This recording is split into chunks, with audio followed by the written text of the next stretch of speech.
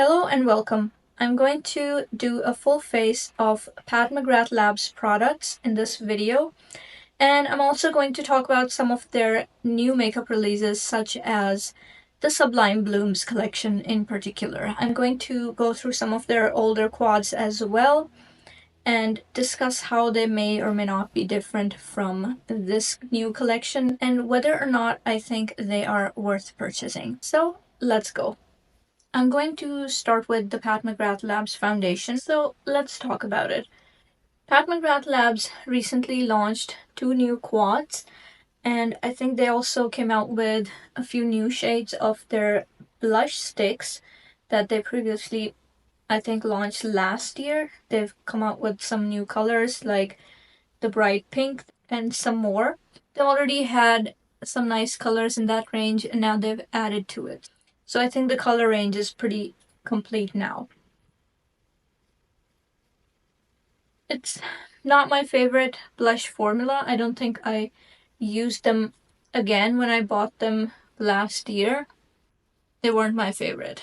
But let's talk about the quads. On the first glance, the quad seems to me to be pretty average. I didn't think there were a lot of special shades in there, and to some extent that is correct. There are no multi-chromes like the indie community has, but there are still, I think, some shades that are just a little special than your average mainstream brand. I forgot to use the Pat McGrath Labs foundation brush, but let's start with the concealer. I actually really like Pat McGrath Labs concealer. It's thick, good coverage.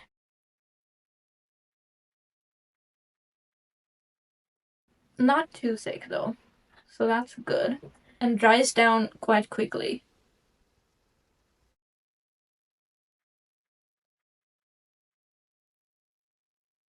I don't like how Pat McGrath Labs do their social media. Like, everything is so blurry and lots of filters, and you can't really see the products anyway. Back to the Sublime Blooms eyeshadow quads. So, one is called Nirvana Nectar. This is the more neutral leaning one. So, it has the basic brown, the light champagne. There's a very yellow gold in there, and there's a pink duochrome, the average duochrome that we see, a pink with like a peachy gold kind of shift. It's very common, especially in the indie community. I don't think they do these, but in the mainstream brands, they do this quite often because it appeals to that neutral consumer as well, but also ones who are into more special shades. I like this. This is okay, but this might be good for a consumer who doesn't own a lot of Pat McGrath already. This yellow gold, I've seen this before in her motherships. There's a very yellow gold highlighter in the Bridgerton collection as well. And these shades, they don't appeal to the more adventurous consumer that Pat McGrath probably has. On the other hand, the other eyeshadow quad called the Opalescent Orchid. This is interesting now because the cover art has that sea green background and the light pink flowers, and this color scheme is just a little bit different. I haven't seen this before entirely, but when I see that purple shimmer being applied to the Instagram model's eyes, this is a very muted color. This is a muted kind of shimmer. That sea green sparkle though, that is nice. And I was wondering if I have anything like that in my collection. And I'm going to look through because I can't remember off the top of my head. And the white iridescent shade, I've seen a lot of people in the North American community like iridescent shades. Personally, I'm a bigger fan of the more jewel toned shades, like Leona has their stained glass collection, and they have the iridescent shades, which are super popular, and somehow I never understand why people would go for those over the more colorful shades with colorful bases. I think this will appeal to the more adventurous consumers among Pat McGrath Labs' overall consumer base as well. The shade Rose Radiance, let me see. I'm not entirely sure if this is a shimmer. Okay, so I think this is a satin shade.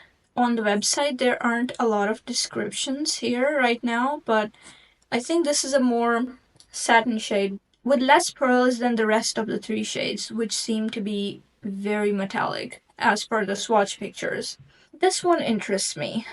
I think this is very pretty, and this is just a little different from what's been happening at Pat McGrath pretty recently. The launches have been pretty basic.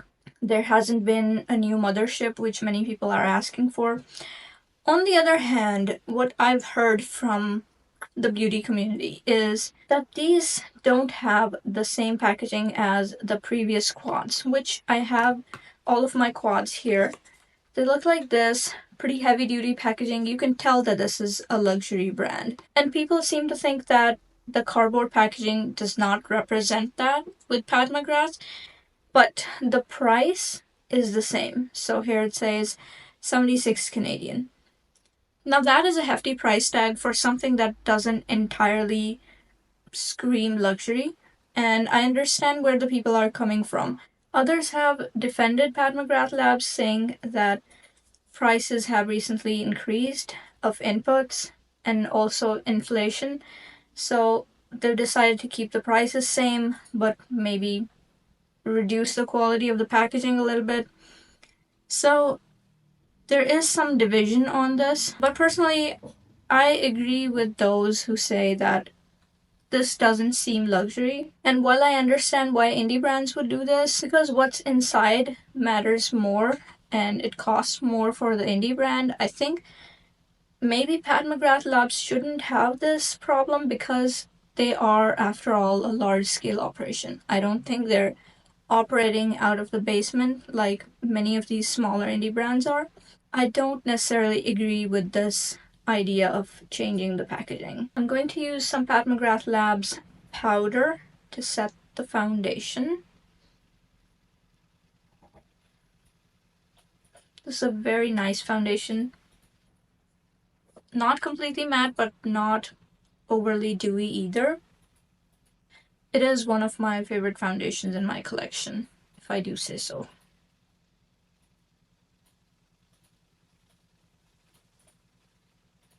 Okay, a very uniform base. I haven't used my Pat McGrath Labs products in a while because I just have many different other brands to go through. I want to rediscover if they're any good. I went off to do my brows and I was wondering if Pat McGrath Labs have any brow products because if they have, I haven't tried them. Let's discuss a little bit about quads. So I have this one here called Venus in Fleurs Luxe Quad Voyeuristic Vixen. I like this one a lot. It has a few basic shades, but then it has a very nice PC sparkly multichrome here. So that is what I'm talking about. That is how it should be. They should have replaced this with some other special shades because of the price they charge. But then again, this component is pretty hefty. It looks like a luxury product, so I kind of get it. But look at this one. These are all kind of special shades. I think this is the baked formula that many people refer to, and they say that this is not coming back in even the motherships, and the other stuff that they've been putting out is not just as special. This quad is called... I don't know what it's called. It doesn't say on the back what it's called, so I'm gonna look it up. Hold. A few moments later. Yes, it's the Blitz Astral Quad Ritualistic Rose. Now this I would pay the full price for because it has special shades, it has this special nice packaging, and that's fine. I like this one. This is one of the most boring quads they've put out, but I got this because it was pink. And I don't like this one. This is called Divine Rose Luxe Quad Eternal Eden. I think this is one of the more recent ones, I should say, relative compared to the Blitz Astral ones. I'm not a fangirl for Pat McGrath. I don't know the exact timelines. There are people on YouTube who know that, but for me, this brand has been sitting in my closet and I haven't used them in a while, so I'm kind of rediscovering as we go. This quad has two very basic pink shades and one satin kind of shimmer, and there's one like the NARS Orgasm shade pink with a gold shift. So this is pretty basic. But on the other hand, the other Blitz Astral quad, look at this. These are all kind of special shades. One is a multi-chrome right out of the gate. The blue has a gold shift. The gold is like a satiny gold. And this purple, it has little purple shimmers in it, and it's gorgeous. I don't think there's a lot of colors like this in my collection. I can tell right off the bat if something is special. Now this pink packaging, I like this one. I think this is the more recent one. I like the pink packaging, definitely. They could have made the new quads have another color of packaging, maybe that mint sea green color. That would have been nice. But I wish they would have stuck with the plastic component. Now this one has colors that excite me a little bit less. This purple matte I'm okay with, but this pink shimmer looks very muted, satiny. This one doesn't have an obvious shift, but it does have some little sparkly particles in their pink shimmer in this kind of rose gold kind of shade. And this is a more sparkly shimmer. I like this. I'm going to swatch these just to see how they look. This is a rather low-key kind of color story. The only sparkly shade is this one. I would pay for this, but not the other three. They're just not special enough. With this kind of analysis, I think it's safe to say that you should evaluate the quality and the color stories of these quads on a case-by-case basis, if you will. Some of these are great, some of these are mediocre. They have different formulas, but the price is the same. So you decide what you like and what you don't. For me, I've skipped over a few of the more neutral quads because I don't want that. The only rather neutral leaning quad is the first one I showed, which is the Voyeuristic Vixen. But I got that because of that super sparkly multichrome, and I like that very much. And that is what I'm going to be using on my eyes today. I'm wearing this rose gold metallic top, and I thought this would go very well with that. So let's start. We have the Pat McGrath Labs Intensifies Artistry Wand, the eye primer. I like this, but it's not really anything special. I get why they made this. This is like a makeup artist's mixing medium turned into a stick, but somehow it's just not like the other good makeup primers on the market, and it doesn't do as well in the stick form.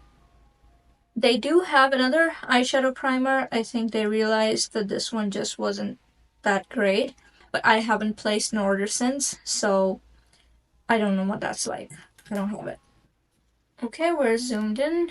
Let's start. I'm going to start by laying down the base, which is the matte shade here. I'm just going to throw it on all over the lid.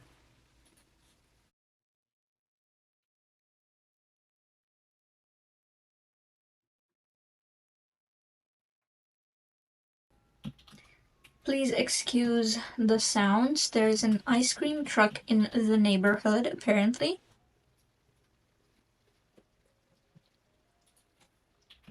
I don't know why in American popular media they portray ice cream trucks as ominous.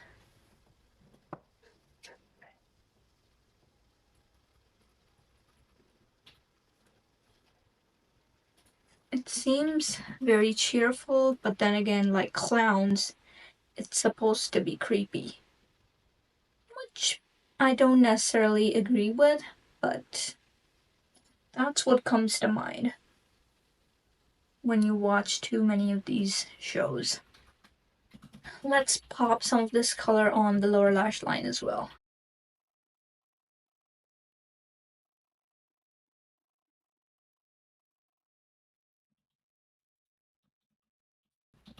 Let's blend a little.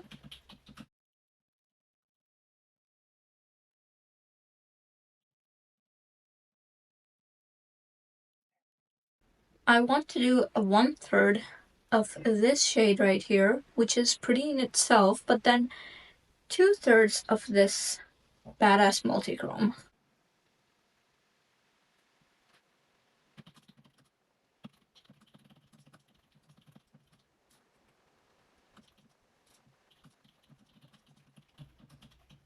For a more low-key look, I think you could wear this all over.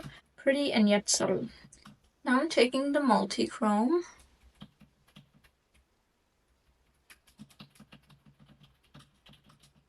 This is one of those pink to green shades, except the pink is kind of rose gold and the green is kind of a green gold. There are so many layers to this multichrome. Indie brands also make this kind of shade. Sometimes it leans more pink purple and the green is more green, like a forest green. Other times it's like this one. So you can make it work kind of like a neutral shade, which is good for the mainstream consumer as well.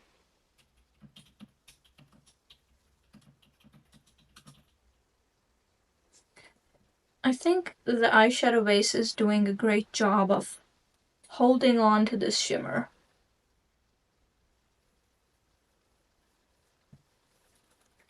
Okay, that's nice, but I kind of want to cover up that shade as well. Oh well, I think it gives it just a little bit of dimension to have the other color present. Now for the last shade, I'm going to use that as an inner corner highlight, if it can give that effect, because it's pretty satiny. I do wonder how pigmented it is. Oh, that's pretty nice. It's like a cream, satiny kind of shimmer.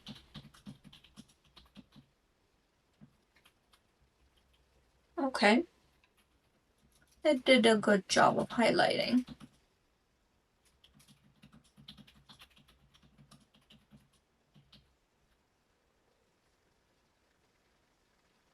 Okay, I like this. So this quad does a good job of creating that cohesive look, and that's why I like this.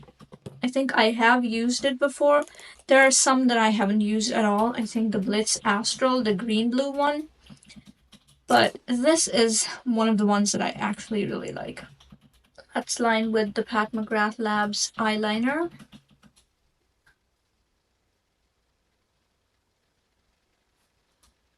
Again, this is a good eyeliner.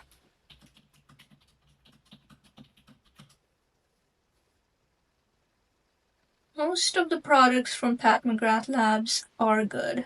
Even though it does have that mass-produced feel, I still think there is something there.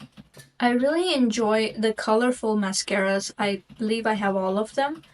The colors are gorgeous, but right now I'm looking to have just a simple black one. This is the Dark Star mascara. Do they have a setting spray? If not, I think they should come up with one. It could become one of the staple products of many people, like this Charlotte Tilbury one or the MAC Fix Plus. I don't feel like there's a lot of these famous setting sprays out on the market.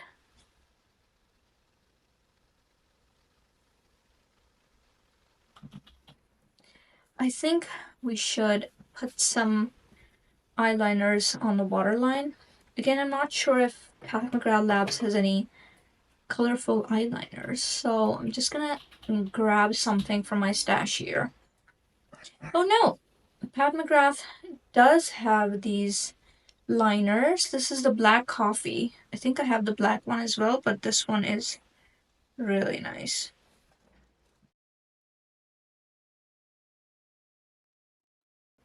If a black liner is too intense for you, go for the brown ones. Even a lighter shade than this one, it looks very flattering. It defines the eyes really well, plus it's not as harsh as the black ones, so very good option. I think they should add a white one as well, or a cream one. I think those are good staples. What I like about these is that they're not too creamy that they smudge everywhere, like Melt Cosmetics ones can be sometimes, but they also deposit the pigment really well and it holds up. So I think the eyes are done. Let's move over to bronzer. I'm going to take this Divine bronzer in the shade Desert Glow and just lightly put it on the cheeks and the perimeter of the face.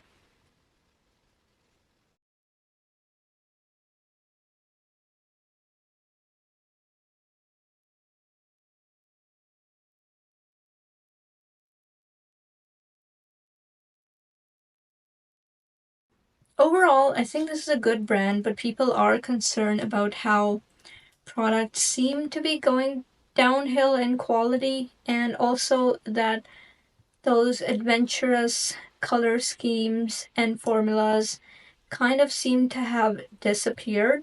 And sometimes people say that the artist, Pat McGrath, is not really involved in our brand as much.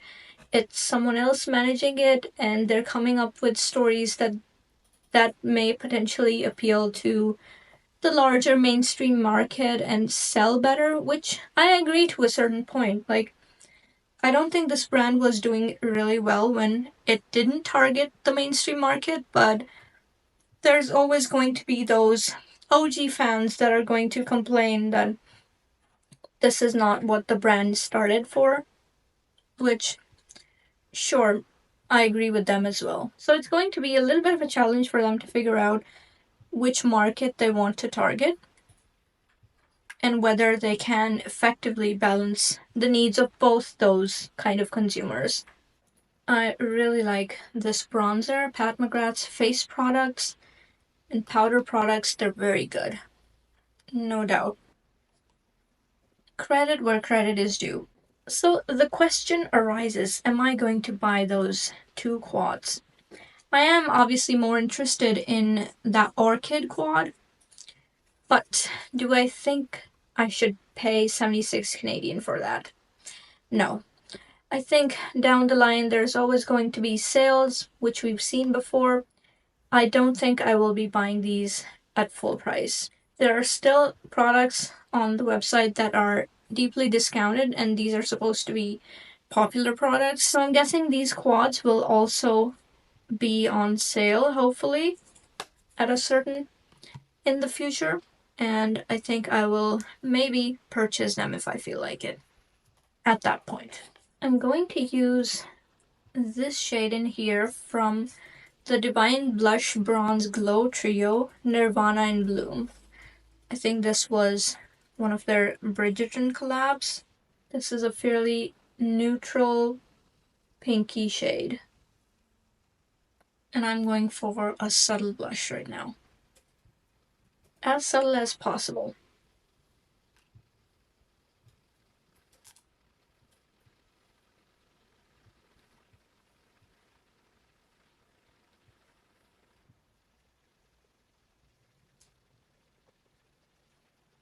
Okay, I think that is enough. For the lips, I narrowed down two options.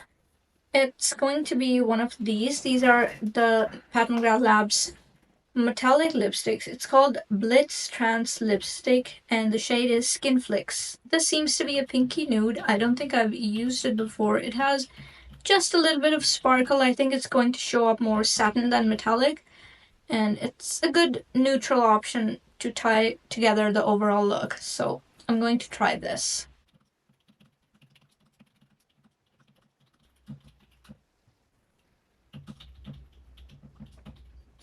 So there is a hint of that metallic in there, which I don't mind, but it's slightly more pinky than I was expecting. Today I'm not feeling the pink. I'm feeling a matte lip. Maybe we can do Flesh or Omi. Just a moment. What I have rediscovered, I should say, from my Live collection of Pat McGrath products is that all the nudes are very much pink leaning, and Nude Venus is actually straight up pink. There are no brown based nudes, especially in my collection. There is one that I found that is the most brown based, and that is Night Kiss from the Satin Lipsticks collection. Satin Allure lipstick. Let's try that on. I was hoping for a matte, but a brown based nude matte, I think that is kind of far fetched for Pat McGrath Labs. There's a lot of bold lips as well, which I really like. Now that's nice. I like that. I think that goes well with the whole look. So I think this is the look I'll be wearing when heading out. And I think it turned out pretty well. So in summary, what we've talked about is that I like the Sublime Blooms collection, both the quads, but do I think they're worth the price, especially with the change in packaging? No, I wouldn't say so. So I would wait for a sale, maybe you should too. But I do like the Orchid one, and I think it does have some interesting shades if you're into Pat McGrath Labs, that is. If you're not and you're just looking for special shades, I would direct you to the indie beauty community. They have a lot of special shades, arguably more special than Pat McGrath. Adapt Cosmetics is a great brand to try if you're into the palette format. If you're into singles, then there's a bunch of indie brands you could try. This look was fun to create. I really had a good time. I know I've liked Pat McGrath products since I first got into them, and through this full makeup application, I rediscovered that I still like this brand and its products. They're good workhorse staples. Let's just say that. Before I leave, I will ask you to subscribe if you're interested in this kind of content and engage in any way you want. I am on TikTok and Instagram as well if you want to follow me there, and I will see you in my next one.